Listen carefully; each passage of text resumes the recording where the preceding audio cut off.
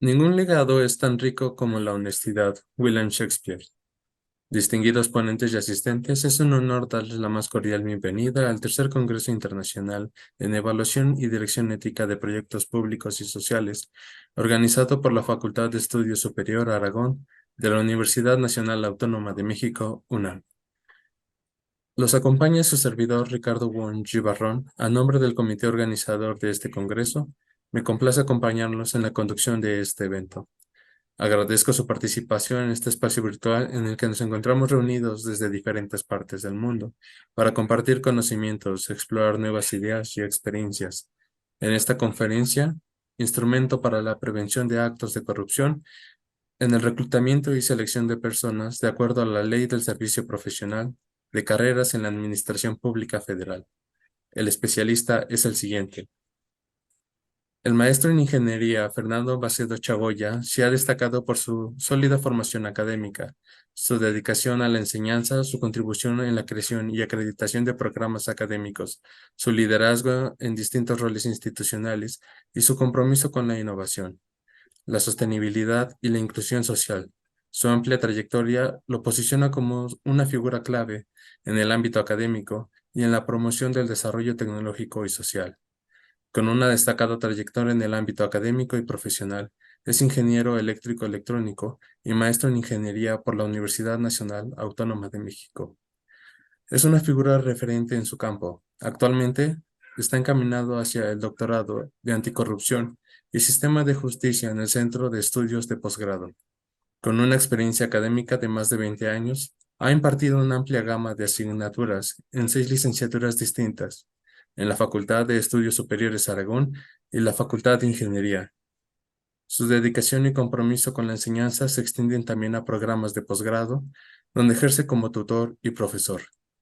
Su labor docente no se limita solo a las aulas, ya que ha dirigido más de 30 tesis de licenciatura y maestría y ha sido sínodo en más de 120 trabajos académicos.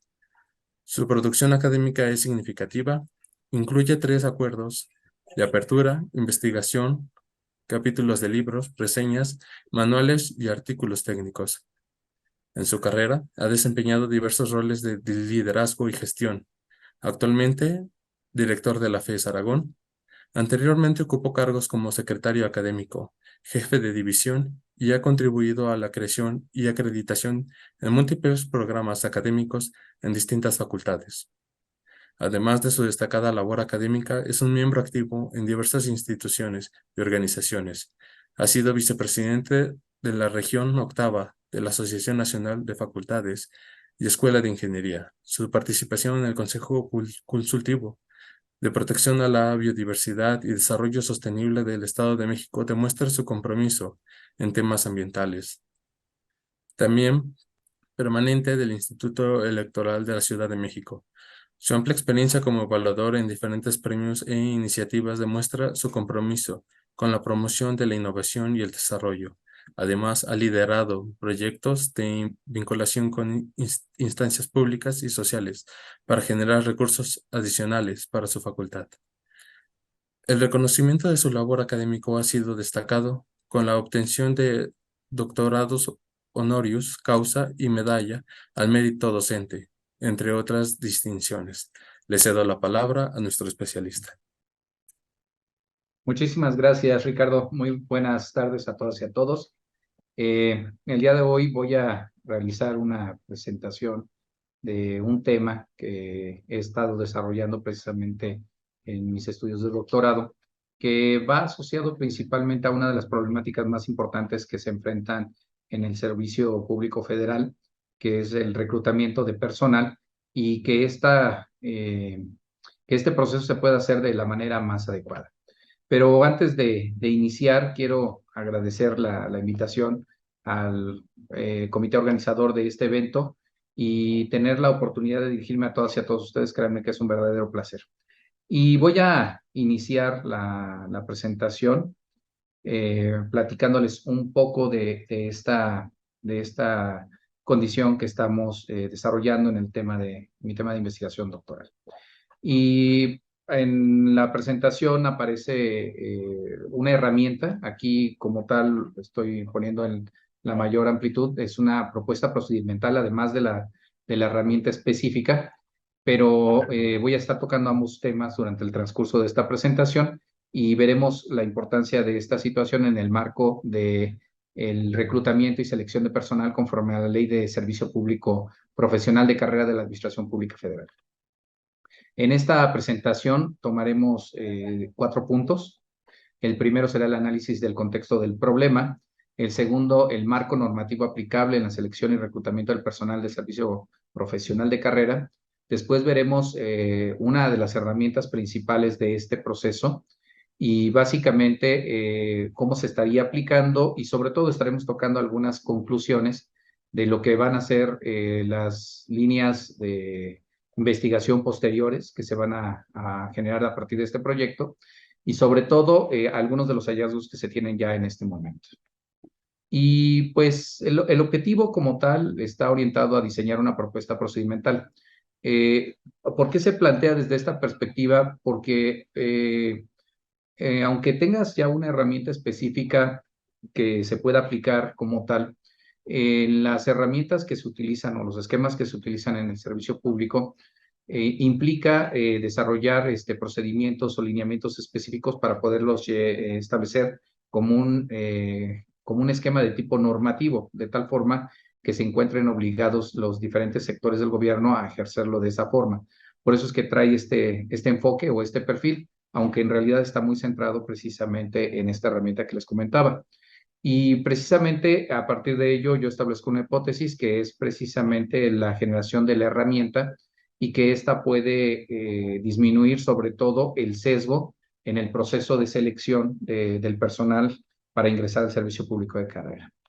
Es un método que está basado en 2 niveles, un método de tipo cualitativo que va muy orientado a la investigación documental, a la generación de la información, particularmente un diagnóstico basado en una metodología que también tuve oportunidad de desarrollar hace ya algunos años. Y finalmente, un esquema cuantitativo que va orientado a la jerarquización vectorial y su aplicación en la selección de personas. Y voy a empezar a plantear el contexto del problema. En el año 2003, el Congreso Federal aprobó la Ley del Servicio Profesional de Carrera en la Administración Pública Federal. Esta ley es uno de los procesos más importantes tal vez en los últimos años, de tal forma que esta entra en vigor el 1 de julio de ese año y es modificada el 9 de enero del 2006. Esa fue la última modificación y a partir de ese entonces se viene aplicando como una herramienta para poder seleccionar al personal que ingresa al servicio público de carrera. Asimismo, esta ley surge de un proceso de reforma administrativa que buscaba modernizar la administración pública y profesionar el servicio público. Asimismo, lo que se buscaba también con la misma era empatar con las iniciativas o las buenas prácticas que se llevaban en otros países con los cuales nosotros teníamos tratados comerciales, teníamos convenios de colaboración y a la vez nos estábamos obligando precisamente a mejorar en el servicio público de tal forma que se pudieran optimizar los recursos existentes en los procesos de contratación y que se viera reflejado precisamente en beneficios para la sociedad. Esta ley como tal se considera como una de las reformas más importantes en la administración pública en nuestro país en los últimos años. Sin embargo, tiene sus claros oscuros y esto es algo que se estará analizando porque el objetivo final siempre fue que los servicios públicos que se imparten por parte del gobierno federal gozaran de eficacia y eficiencia. Y para esto, la selección de las mejores o los mejores candidatos para ocupar las plazas era un elemento fundamental y esto, acompañado de los procesos de transparencia, permitirían dar mucha certeza de que las personas más capacitadas son las que están realizando el trabajo correspondiente. En ese sentido, esta ley genera también, a partir de las leyes secundarias, la conformación de un cuerpo colegiado que es denominado Comité Técnico de Profesionalización y Selección y este se genera para cada dependencia del gobierno federal. Los organismos desconcentrados o descentralizados no tienen que pasar por estos procedimientos, pero sí el servicio, las organizaciones del gobierno federal principalmente, y son prácticas que están establecidas dentro de lo que es el reglamento de la Ley del Servicio Profesional de Carrera de la Administración Pública Federal, que fue también publicado en el 2007, y va acompañado también de un documento que son los lineamientos para la instalación y facultades de los comités técnicos de profesionalización y selección de las dependencias y órganos desconcentrados de la Administración Pública Federal centralizada. Aquí es donde podemos observar que este proyecto como tal tiene una estructura bastante robusta. Se pensó la ley en los diferentes niveles, no tan solo salió una ley general, sino que a partir de ella se establecieron los reglamentos y los lineamientos correspondientes que la llevan a la operación como tal. En ese sentido, uno de los elementos fundamentales es la evaluación de los perfiles, y esta evaluación la realiza el Comité Técnico de Profesionalización y Selección. Este comité está integrado por 3 personas: un superior jerárquico, que sería el responsable de la plaza que entra en concurso, un representante de la Secretaría de la Función Pública y el director general de Recursos Humanos. Estos como tal hacen un proceso de evaluación donde mediante ciertos criterios de evaluación, valga la redundancia, se determina cuál es la persona que cumple de mejor manera con el puesto en que se encuentra en ese momento a disposición y que es motivo del concurso como tal. Aquí hay una situación muy particular que es muy importante entender. En cualquier tipo de actividad de toma de decisiones es inherente el que se presenten ciertos sesgos en los procesos de evaluación. Y entre más amplio sea el proceso de evaluación y se tomen en consideración cierto tipo de cualidades o percepciones de las personas que están involucradas en esta situación, en muchas de las ocasiones se puede alterar y se puede generar un desequilibrio en el proceso de selección. Y esto como tal tiene sus consecuencias y es algo que vale la pena mencionar.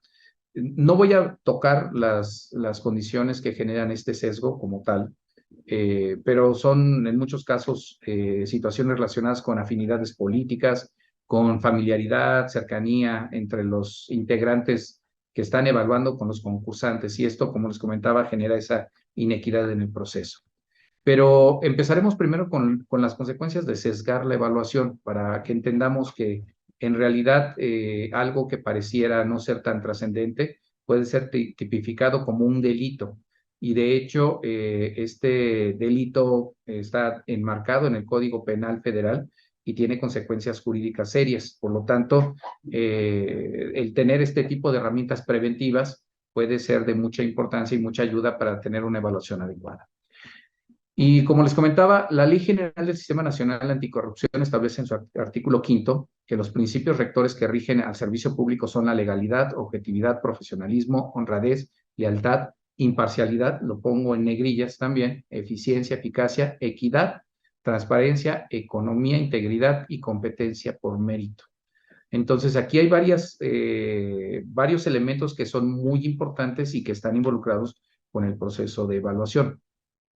También en el Código Penal Federal se establece un tipo de delito que son los delitos por hechos de corrupción. En estos delitos pueden incurrir a los servidores públicos o también algunos ciudadanos que puedan de alguna manera tratar de generar una condición de corrupción ante un procedimiento administrativo.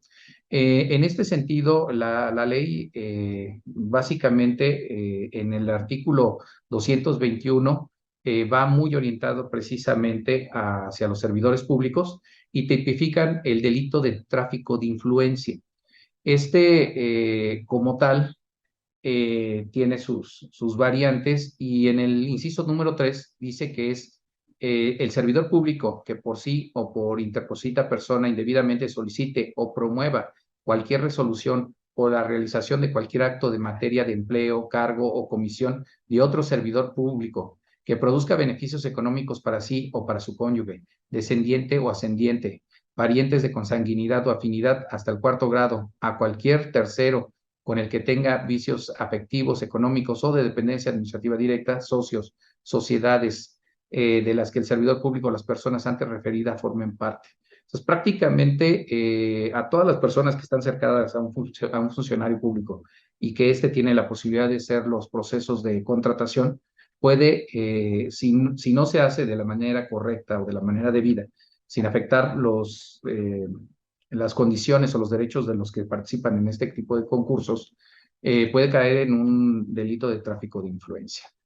Además, hay un elemento fundamental, porque en muchas de las ocasiones se plantea que esta situación como tal no pudiese ser considerada como delito bajo ciertas condiciones. Hay una afectación que se genera de carácter patrimonial al Estado. De hecho, la Ley del Trabajo establece que, en su artículo 20, que el ejercicio de cualquier actividad o puesto en la administración pública tiene como retribución el pago de un salario.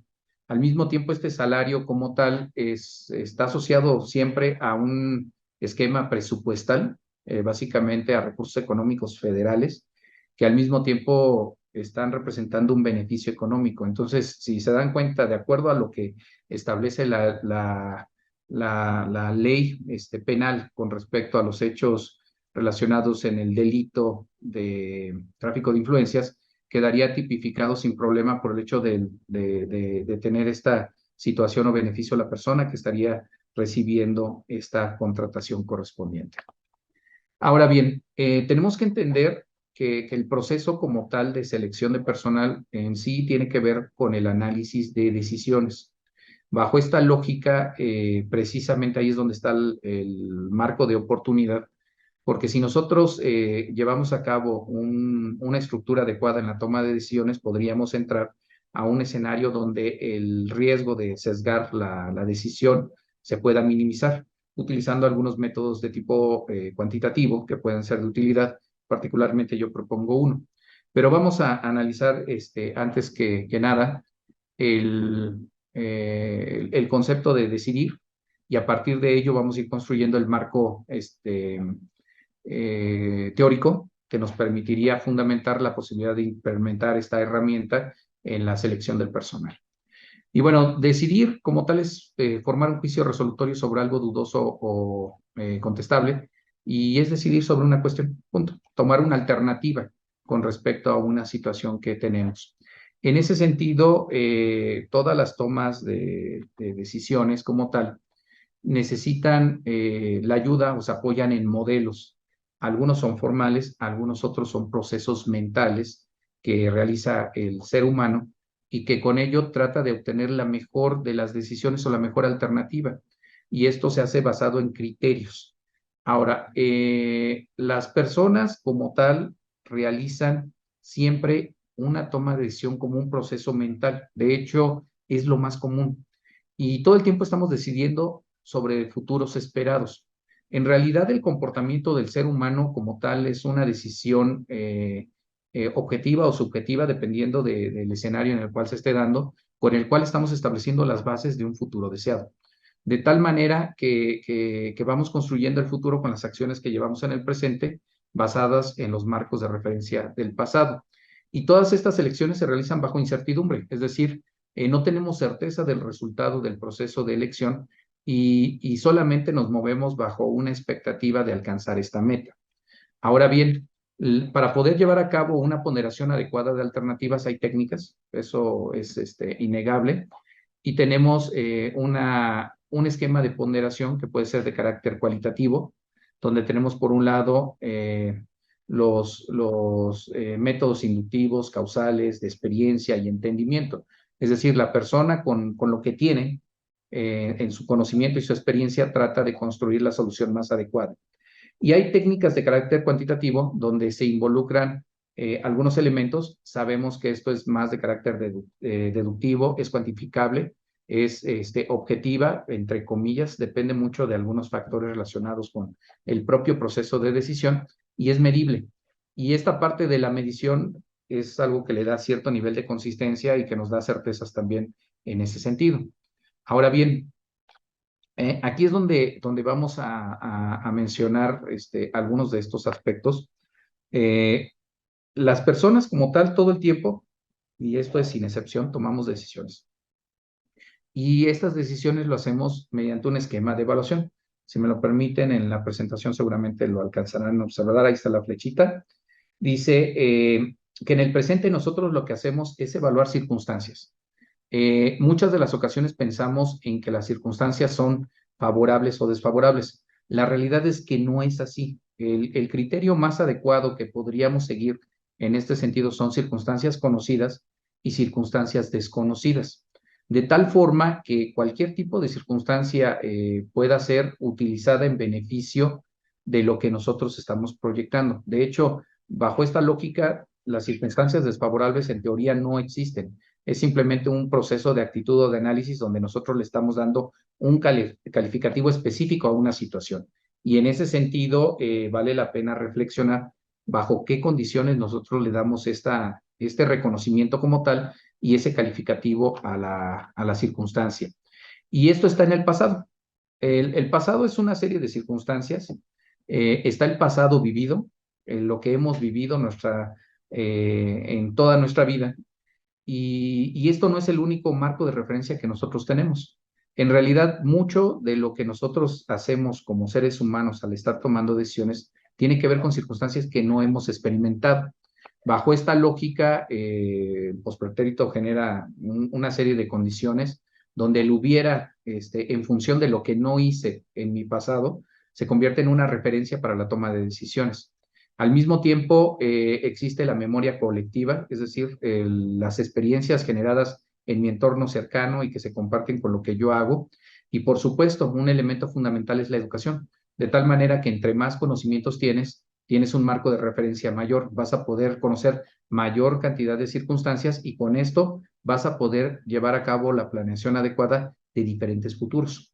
Esto como tal lo estoy mencionando porque precisamente el hecho de llevar a cabo la decisión bajo circunstancias como tal, se puede apoyar en técnicas. Hay técnicas de carácter cuantitativo y de tipo cualitativo, como lo habíamos mencionado.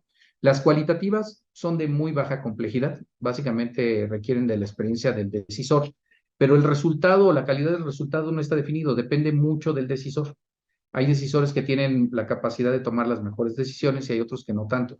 Y esta diferenciación como tal nos genera una incertidumbre muy importante en la calidad de la decisión. Por lo tanto, no podemos asegurar el resultado.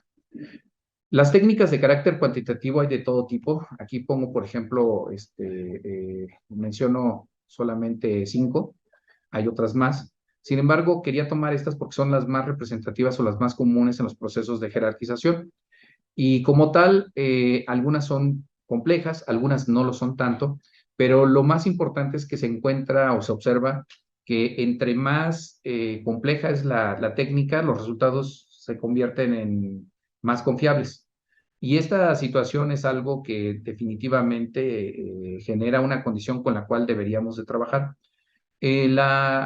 Naturalmente, al hablar de técnicas con alto grado de complejidad, implica obviamente muchísimo trabajo y a veces la participación de algunos expertos. Y esto, pues, obviamente nos lleva a tener condiciones, pues, tampoco muy favorables para utilizar este tipo de métodos. Sin embargo, yo propongo una metodología que está basada en vectores y esta, pues, es relativamente sencilla. La voy a explicar en un momento más. Esta la denomino jerarquización vectorial, surge como un hallazgo de una asignatura que estaba cursando en la maestría y con el tiempo he estado construyendo una base teórica que me permita poder fundamentar esta metodología, establecer ciertos criterios matemáticos que me permiten tener resultados. La metodología parte de algo muy sencillo. Si ustedes pueden observar la figura, tenemos un plano cartesiano con 3 dimensiones.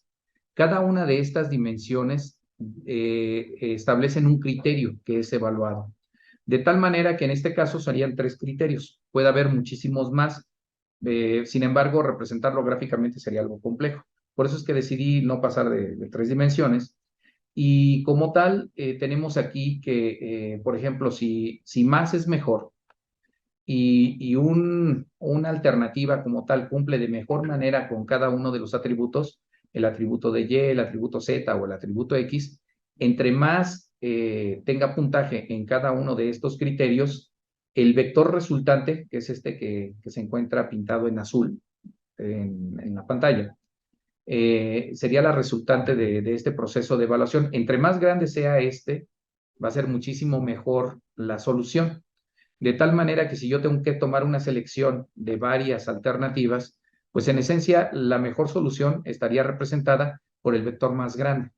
Y esta situación es muy importante porque algunos de los métodos que existen hacen sumas ponderadas también. Sin embargo, mezclan todos los parámetros, es decir, no separan en la dimensión correspondiente o en el espacio vectorial correspondiente la magnitud.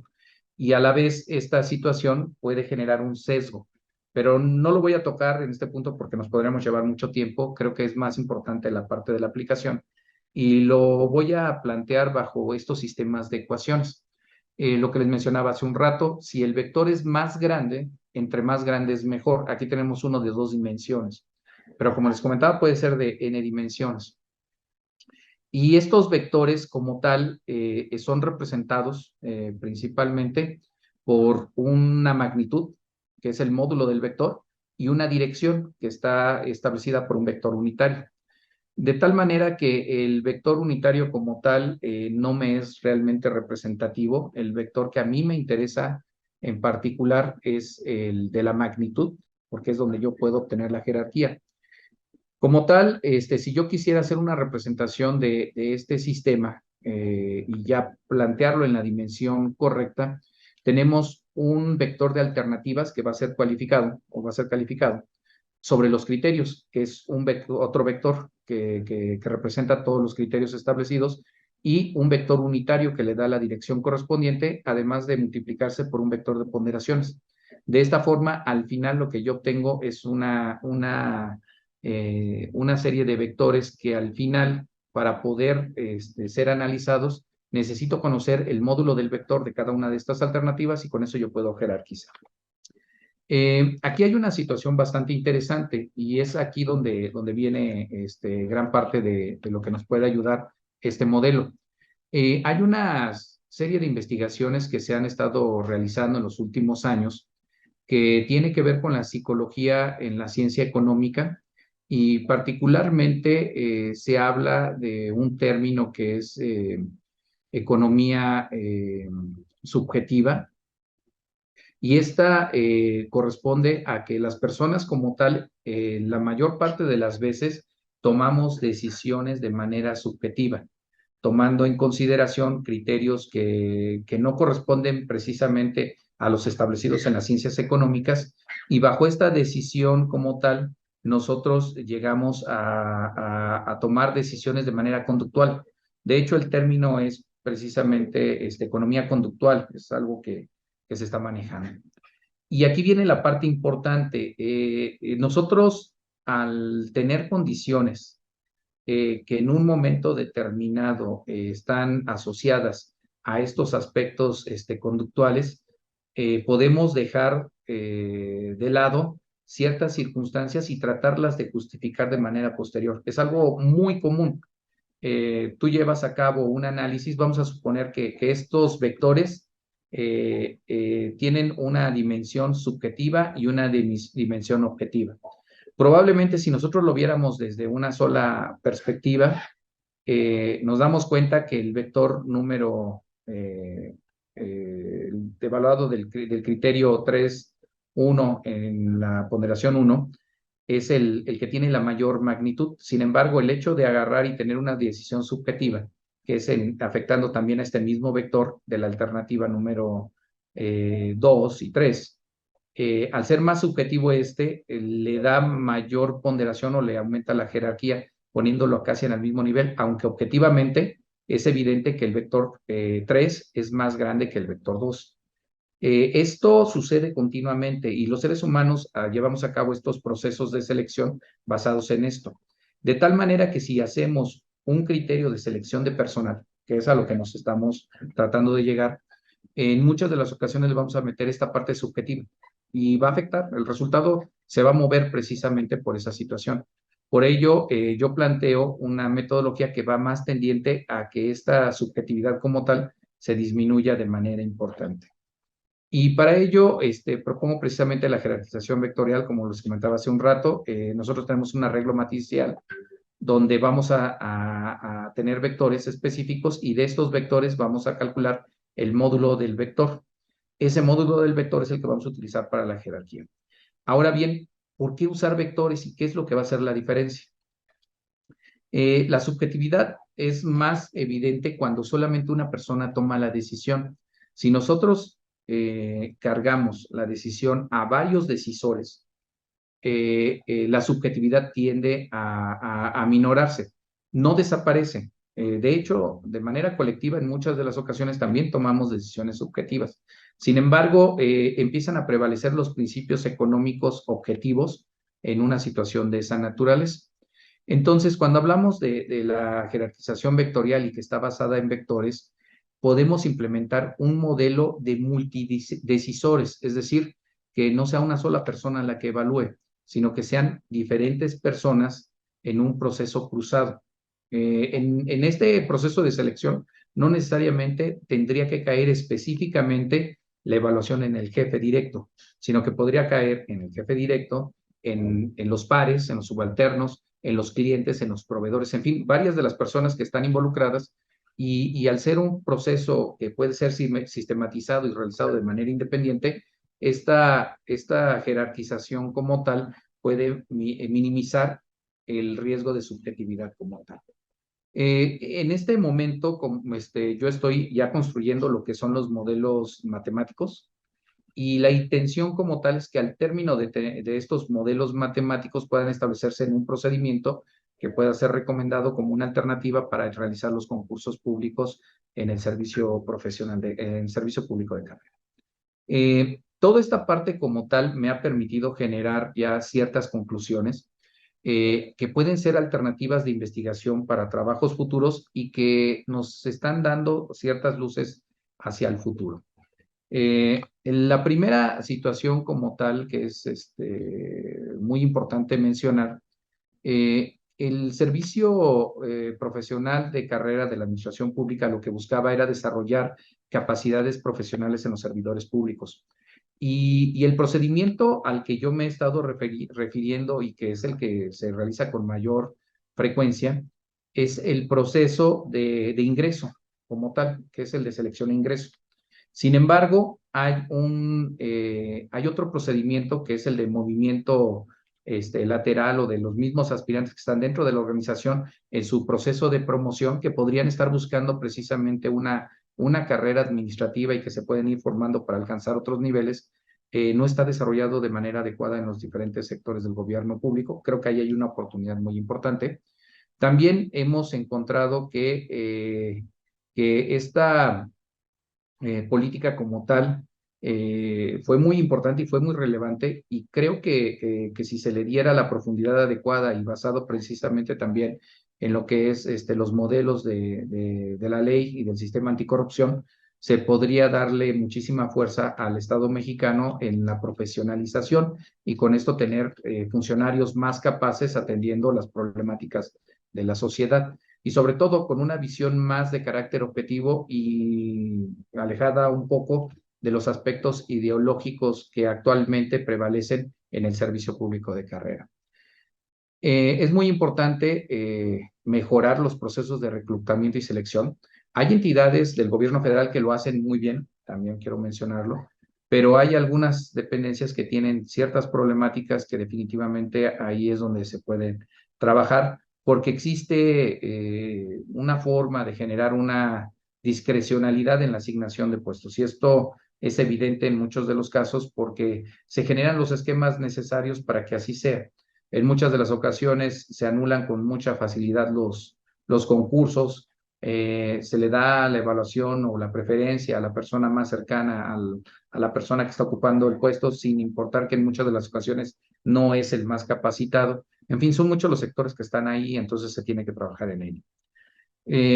hay algo que es una oportunidad muy importante que actualmente tampoco está considerada en la ley, que no está considerado en algunos otros, en alguna iniciativa, pero que probablemente tendría que ser analizado y probablemente puede ser algo viable, que es la generación de un organismo autónomo que pudiese llevar a cabo el control, seguimiento, verificación de las contrataciones gubernamentales, o algo como una especie de acreditación o certificación que permitiera validar que este trabajo se hace de la manera correcta. Sin embargo, actualmente con las situaciones que tenemos en el entorno, las políticas del gobierno federal, probablemente este tipo de iniciativa no tendría una aceptación inmediata. Sin embargo, creo que es una alternativa muy adecuada. Algo que también es importante, y ya se los mencionaba hace un rato, la corrupción en el reclutamiento y selección de personal podría ser considerado un delito de acuerdo a la tipificación que se mencionó, y como tal, al ser tráfico de influencia el que se estaría configurando, tiene su sanción correspondiente y al ser un delito puede tener obviamente una pena de cárcel de cierto tiempo. Entonces es muy importante, además de la inhabilitación del funcionario público. Es muy importante seguir de manera adecuada los procedimientos que están establecidos. Ojo, algo que es muy importante es que la ley lo que busca es la igualdad de las personas como tal en escenarios de competencia de esta naturaleza. Por lo cual, si se establecieran los elementos adecuados, universalmente podrían aspirar las personas a participar en ello. Y esto permitiría también disminuir este tipo de condición que se presenta en el caso del delito de tráfico de influencia con respecto a la contratación o selección de personal. Y algo que vale la pena mencionar es que la esencia del proceso de cambio tendría que estar muy centrado en lo que es el subsistema de ingreso del servicio profesional de carrera, ¿no? No está tanto en los niveles superiores, está básicamente en lo que es los comités o las comisiones específicas que llevan a cabo la evaluación correspondiente. Y ahí es donde se tiene que trabajar. En este momento, el avance de la investigación está en estos niveles. Se tiene que llevar a aterrizar, como les comentaba hace un momento, ya en un procedimiento específico. Probablemente en el futuro también se podrían desarrollar las herramientas de carácter informático, como podrían ser softwares de apoyo, algún software automatizado que pueda llevar a cabo el seguimiento y control del crecimiento y la carrera en el servicio público, en fin, muchas herramientas adicionales que tendrían la lógica del manejo de esta información y catalogación en función de vectores. Y como tal, tendríamos herramientas bastante trascendentes. Y pues de mi parte sería todo. Agradezco mucho la atención de todas y de todos. Espero que esta charla sea del interés de todos los asistentes a este congreso, y pues les deseo solamente éxito y muchas gracias por escucharme. Muchas gracias. Ahora quisiéramos realizarle algunas preguntas. Por supuesto, con todo gusto. ¿De qué manera se pueden asignar un valor numérico para el modelo que plantea cuando las variables no son numéricas? Por ejemplo, entidad de nacimiento, universidad de sus estudios, etcétera. Ok, voy a ir respondiendo una por una para que pueda estar fluyendo esta situación. Efectivamente, de hecho, la mayor parte de las situaciones de carácter cualitativo como tal no pueden ser representadas de manera directa en este modelo. Tendríamos que generar un esquema de conversión o el establecimiento de ciertas herramientas de transformación de un espacio de carácter cualitativo a uno cuantitativo. Lo voy a explicar de una manera muy sencilla. Hay valores binarios en el proceso de selección. Por ejemplo, el si cuentas con un título profesional o no. Y esto sería representado sin problema por un 0 y un 1.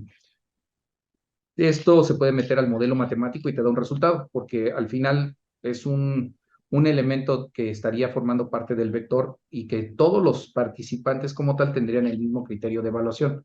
Y de esta forma se van integrando a los vectores correspondientes para poder generar el módulo del mismo. En otro tipo de atributos donde estamos hablando, por ejemplo, de un poco más de elementos intermedios que no son completamente binarios, se pueden establecer escalas numéricas que pueden ser calibradas. Necesitaríamos hacer, obviamente, el corrimiento de algunos casos y con estos casos que se estarían evaluando, darle la ponderación correspondiente a los vectores a cada uno de los valores específicos en función de lo que nosotros pensamos alcanzar y con eso darle un contexto de tipo numérico. Y esto es muy interesante porque en realidad nosotros hacemos ese tipo de procesos de manera mental cada vez que evaluamos de tipo cualitativo y cuantitativamente en un mismo nivel de ideas. Por ejemplo, podemos hablar de una comida, ¿no? Algo que me guste. Y ese es uno de los criterios que voy a tomar en consideración, el sabor, lo agradable que pueda ser mi comida, ¿no? Y por el otro lado, tengo a lo mejor una variable cuantitativa como podría ser el precio. Si yo las combino ambas, puedo tomar una decisión, tomar una condición en la cual, pues, seleccionar algo que esté dentro del margen de mi presupuesto, de lo que pretendo alcanzar y que tenga las mejores cualidades con respecto a sabor. Si te das cuenta, ahí estamos mezclando dos cosas, una que se puede medir y que es tangible como tal, que es el costo, y por el otro lado tenemos una variable que es más de carácter subjetivo y que depende específicamente de la persona que esté evaluando. Y lo hacemos mentalmente, todo el tiempo, y le damos peso y le damos valor a esta situación de manera inconsciente. Pero esto tendría que llevar ciertas reglas y lo podemos hacer de manera consciente como tal. La siguiente pregunta sería, ¿el behavioral economics puede ser utilizado de manera poco ética? Desconozco esta parte, no sabría decirlo como tal. Eh, en realidad, al momento, pues, yo entendería lo que me estarías planteando, que si, por ejemplo, esto como tal lo podríamos aplicar de manera no ética. Ujú. Si podemos aclarar esta parte para la pregunta. Sí, de una manera no ética, o sea, que fuera mal Lo podemos implementado. torcer también, siempre, Ujú. ¿eh?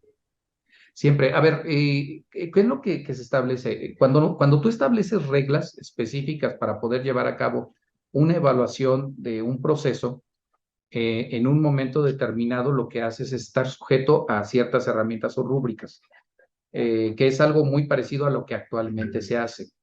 El problema real que se tiene es que cuando no es tan específica la situación y queda a criterio de una persona y se le da un porcentaje muy importante de la evaluación, esto como tal genera un sesgo.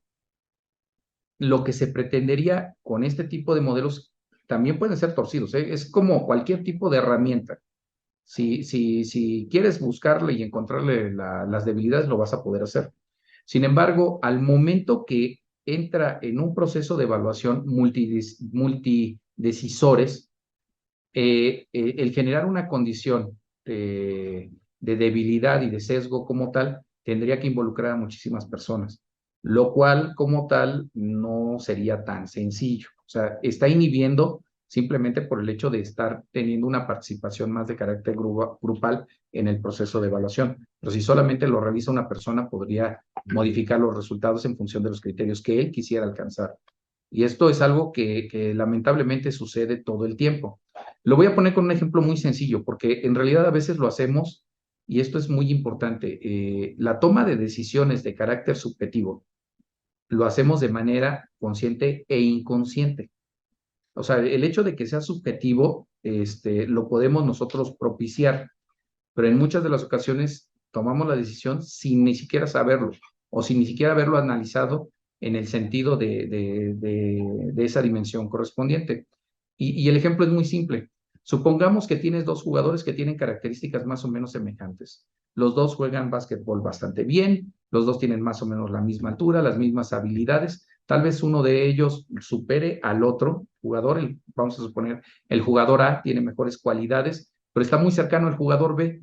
Sin embargo, el jugador B es tu amigo y el jugador A no lo es. ¿Cuál seleccionas? Bueno, este tipo de decisiones a veces las realizas de manera subjetiva. Y dices, pues, están casi igual, pues me llevo a este, que es mi amigo, ¿no? Lo mismo sucede precisamente en la selección de personal en el servicio público de carrera. El tener más personas involucradas en este proceso, muchas de las ocasiones genera precisamente una decisión más centrada en el valor que se está evaluando. Sí van a existir desviaciones desde el punto de vista estadístico y condiciones de este tipo. Sin embargo, se esperaría o se aspiraría a tener una mejor selección, una selección más adecuada del personal. Muchas gracias por tu respuesta. La siguiente pregunta sería, en el módulo propuesto, ¿considera que podría utilizarse modelos de ecuaciones estructurales para calcular los pesos relativos? Sí, a ver, de hecho, esta es la parte importante. El modelo matemático, así como está planteado, tiene muchas, pueden ser generados muchos subespacios. En realidad estamos hablando de espacios vectoriales y estaríamos hablando de subespacios vectoriales. Cada vez que nosotros nos metemos dentro de una categoría como tal son subespacios, y cada uno de estos subespacios pueden estar generados por más criterios como tal. Y estos nunca son 100% ortogonales. La realidad es que no es así. Ni todos están en las mismas magnitudes. En los procesos de ponderación y las matrices de ponderación que se están proponiendo como tal tienen el propósito, número uno, ortogonalizar los vectores y llevarlos a todos a magnitudes adecuadas para el proceso de evaluación, de tal forma que con un tratamiento adecuado de los datos podemos alcanzar el resultado que se pretende, pero lleva, por supuesto, un ejercicio de calibración. O sea, este tipo de metodologías como tal se tienen que estar ajustando de tal manera que llegue un momento en el cual se tenga el mayor equilibrio en la toma de decisiones. Eh, Actualmente hay ciertas herramientas que nos permitirían aumentar la calidad de objetividad en la asignación de la ponderación de cada uno de los criterios. Tiene que ver con minería de datos, tiene que ver con algunos otros aspectos. Sin embargo, el modelo matemático de entrada permite esa calibración como tal a través de los vectores de ponderación. Entonces, ahí es donde podemos trabajar de manera muy importante para lograr tener las dimensiones correctas en cada uno de los vectores y puedan ser sumados de manera adecuada sin que una categoría jale a otra o un criterio mueva a otro de una manera indiscriminada. De acuerdo. Pasamos a la siguiente pregunta, la cual es, ¿consideraría que el modelo puede abonar, perdón, a generar un modelo prospectivo a partir de generar datos estadísticos que ayuden a prevalidar los procesos de reclutamiento? Es una pregunta muy interesante. Fíjate que yo no lo había pensado de esa manera. Probablemente sí nos permitiría en un momento determinado tener una estadística que me permitiera identificar sobre todo si las cualidades que se tomaron como criterios de selección fueron las adecuadas para el puesto correspondiente. Y a lo mejor con eso generar hacia el futuro nuevas alternativas como tal. No tanto como para hacer estudios prospectivos, sino más bien para ir corrigiendo el propio modelo como tal. Eh, Sin embargo, en el caso, que es una de las situaciones que he estado viendo, todavía no me he metido ahí porque definitivamente este tema es bastante amplio. Sí es muy, sí hay una condición muy particular con respecto a la carrera del servidor público. Como todo esto está generado principalmente hacia una condición de concurso para ingreso, selección, muchas de las ocasiones no se contemplan los aspectos de movimientos laterales o de la propia carrera para el crecimiento del trabajador en ese sentido. Si se tuvieran, por ejemplo, los criterios bien establecidos, bien definidos, ya calibrados, el propio trabajador podría generar su ruta o su trayectoria de mejora continua, de tal manera que puede ir fortaleciendo las habilidades para poder cumplir de mejor manera los criterios con los cuales va a poder ser evaluado. Y eso te podría dar precisamente la planeación de tu crecimiento dentro de la organización como tal y podrías establecer hasta planes de capacitación si fuera necesario. Pero eso todavía no lo he, y lo comento así con toda la responsabilidad, no me he metido al 100% porque es un tema bastante amplio también. Ahorita básicamente con lo que yo aspiro concretar en mi proceso de investigación es precisamente que a esa parte de la selección en los concursos que se realizan de los perfiles para ingresar al servicio público, se tome en consideración el que cumpla de mejor manera con los requisitos correspondientes. ¿De acuerdo? Ah, tenemos otra más. Su modelo podría trasladarse a algoritmos que usan redes neuronales para calcular el peso o ponderación. De hecho, pueden utilizarse varias herramientas para poder generar estos criterios de ponderación.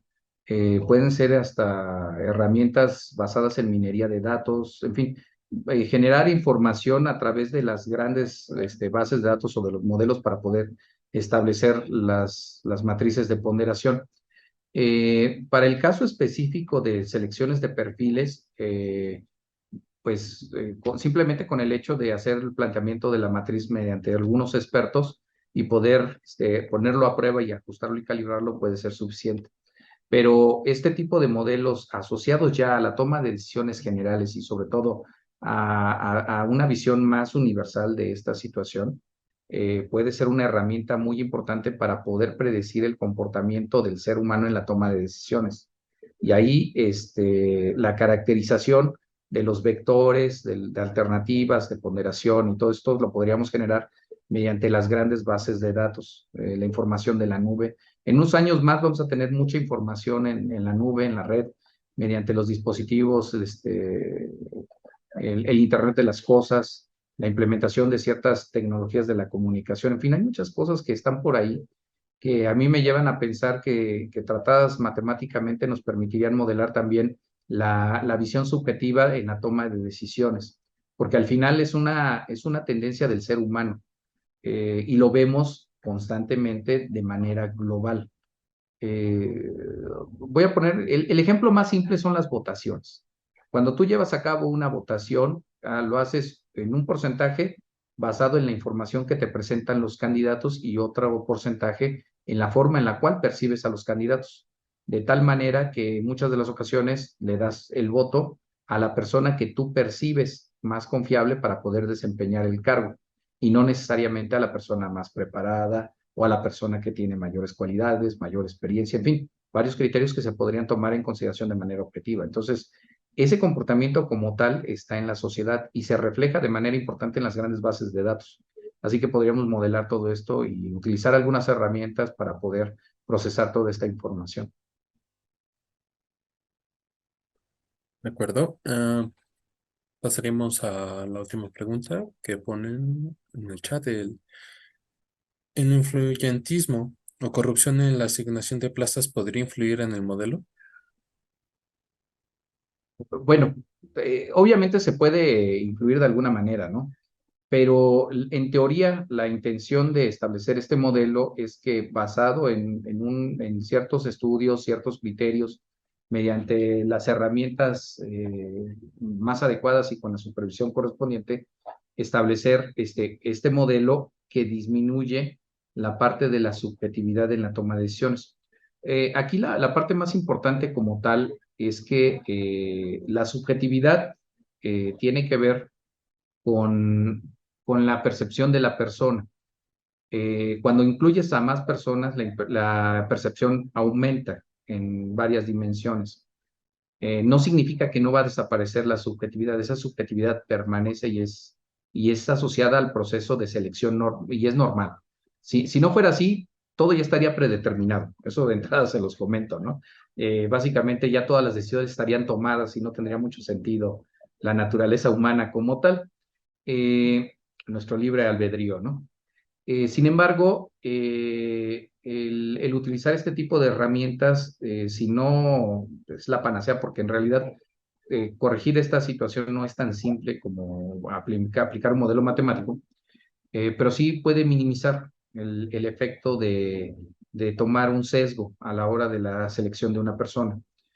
Eh, Obviamente, lo estoy basando bajo la lógica de que para que se sesgara esta situación tendrían que participar muchas personas en la toma de decisión sesgada, y no es tan sencillo, porque estaría la responsabilidad de varios servidores involucrada, y a lo mejor uno le puede entrar y se puede arriesgar, pero que ya entre un equipo de personas a sesgar una situación de este tipo no sería tan común. Seguramente alguno de ellos tendría que ponerle esa parte de objetividad como tal.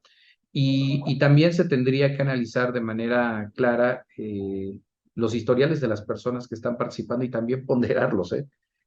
Vamos, esa parte todavía no le he entrado, pero ya lo he hecho con otro tipo de análisis de tomas de decisiones en otras organizaciones, donde no tan solo se involucra a los decisores, sino a los operarios, a las personas. Obviamente cada quien tiene el nivel de peso en función del conocimiento y el nivel de influencia que tiene dentro de la organización como tal. Y de esa manera se puede corregir también la toma de decisiones, que no esté muy cargada en la parte directiva, pero tampoco en la parte operativa, y que cumpla con los criterios necesarios para tratar de ser lo más eficaz posible. Esa es la idea como tal. Ahora, en un proceso de esta naturaleza, tampoco son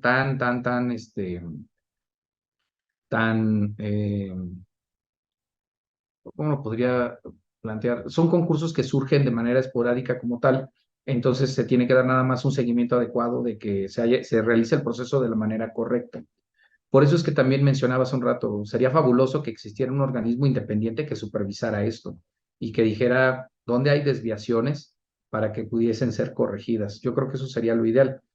Sin embargo, mientras no exista, pues el utilizar herramientas cuantitativas y que puedan ser más determinísticas de un resultado eficaz es lo que nos queda como alternativa. Les damos las gracias por su valiosa participación. A los asistentes también les agradecemos su presencia. Nos despedimos y esperamos nos sigan acompañando en los próximos eventos del Congreso. Registren su asistencia al evento ingresando el código que aparece en pantalla en la página del Congreso. Esto para obtener la constancia de participación con valor curricular. Muchas gracias.